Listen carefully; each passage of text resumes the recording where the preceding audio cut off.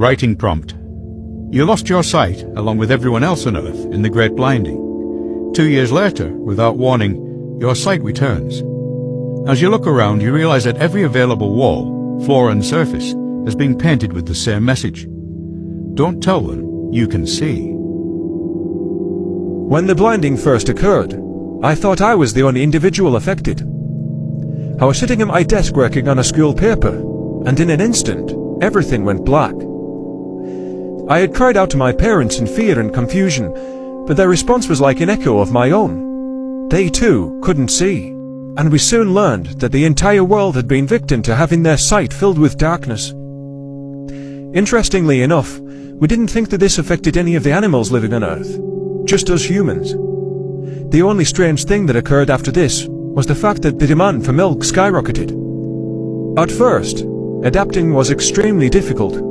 Something as mundane and simple as using the bathroom had become a daily challenge I didn't look forward to. Within a few months, support groups had been created by individuals who were already blind prior to the incident. They assisted those who were struggling with adapting to their newfound obstacle. Thankfully, the world never really stopped moving or progressing. Outside of major adjustments that had to be made, such as devising a different mode of transportation or different requirements and standards in the working world, we managed to pull through. It's been about 2 years since the blinding, and there were times where I had forgotten such an event occurred. I was taking a short walk to the store to get some groceries.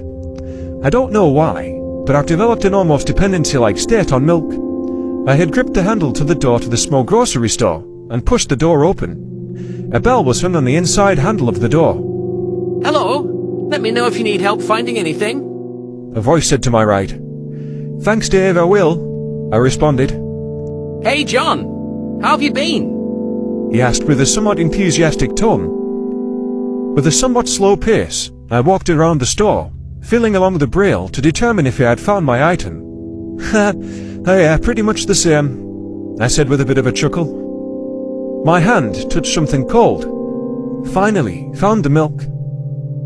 As I was about to open the door, I could see my reflection in the rectangle-shaped window over the cooler. I wasn't entirely sure how to react, nor was I sure as to what happened. I was looking at myself in the mirror for the first time in 2 years. Then I noticed the writing on the reflection itself. I was so excited I hadn't even noticed. In fact, most of the interior was covered in this writing. I looked a little closer at the message written in black. Don't tell them you can see. What the hell does that mean? Who's them? Then I caught a glimpse of the individual standing behind the counter of the store. Who? Oh, what is that? John, you need some help, buddy? It asked.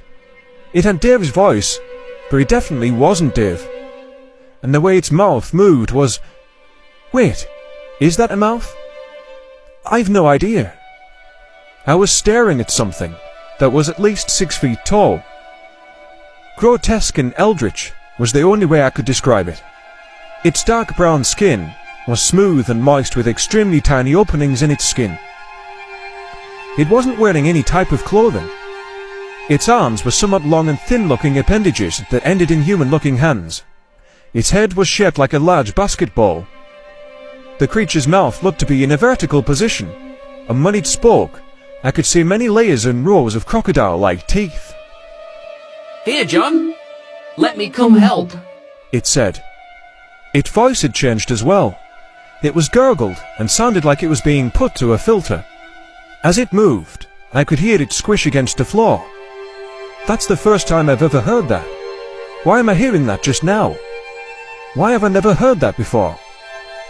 Instead of gaping at the reflection and trying to ascertain how it walks, I simply stared at a jug of milk. That's when I noticed the colour of the milk.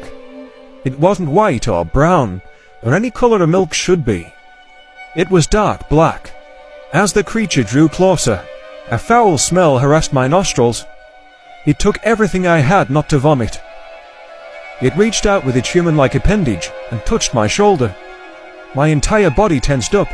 We're having a lot of different specials on milk today, it said, and I could see its mouth open wide behind my head, with what I assumed was a smile.